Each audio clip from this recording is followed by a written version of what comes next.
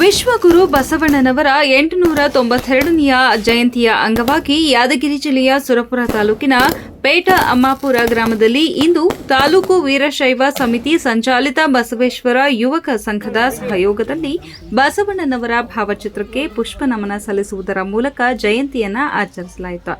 12ನೇ ಶತಮಾನದಲ್ಲಿ ಮಾನವ ಕುಲಕ್ಕೆ ಮಾರ್ಗದರ್ಶಕರಾಗಿದ್ದ ಬಸವಣ್ಣನವರ ತತ್ವಗಳು ಇಂದಿಗೂ ಕೂಡ ಪ್ರಸ್ತುತವಾಗಿದೆ. ದೂರದೃಷ್ಟಿಯ ಆಲೋಚನೆಗಳು ಮತ್ತು ಸಮಾಜವನ್ನ ಯಾವ ರೀತಿ ಕಟ್ಟಬೇಕು ಎನ್ನುವ ಪರಿಕಲ್ಪನೆಯನ್ನ ಹೊಂದುವಂತಹ ಬಸವಣ್ಣನವರ ತತ್ವದಲ್ಲಿ ಲಿಂಗಭೇದ, ಜಾತಿ ಭೇದ, ಅಸಮಾನತೆ ಇರಲಿಲ್ಲ. ಎಲ್ಲರನ್ನ ಸಮಾನವಾಗಿ ಕಾಣುವ ಒಂದು ಪ್ರವೃತ್ತಿ ಬಸವಣ್ಣರವರಲ್ಲಿ ಇತ್ತು ಎಂದು ಅಖಂಡ ಕರ್ನಾಟಕ ವೀರಶೈವ ಲಿಂಗಾಯತ ಸಮಾಜದ ರಾಜ್ಯಾಧ್ಯಕ್ಷ ಮಲ್ಲಿಕಾರ್ಜುನ್ ರೆಡ್ಡಿ ಅಮ್ಮಾಪುರ ತಿಳಿಸಿದರು.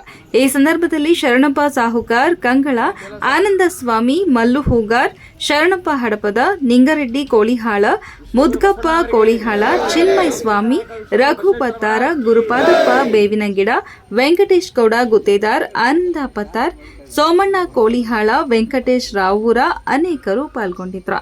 ವರದಿ ಉಸ್ಮಾನ್ ಚಿತ್ತಾಪುರ, ಹಂಸ ಟಿವಿ.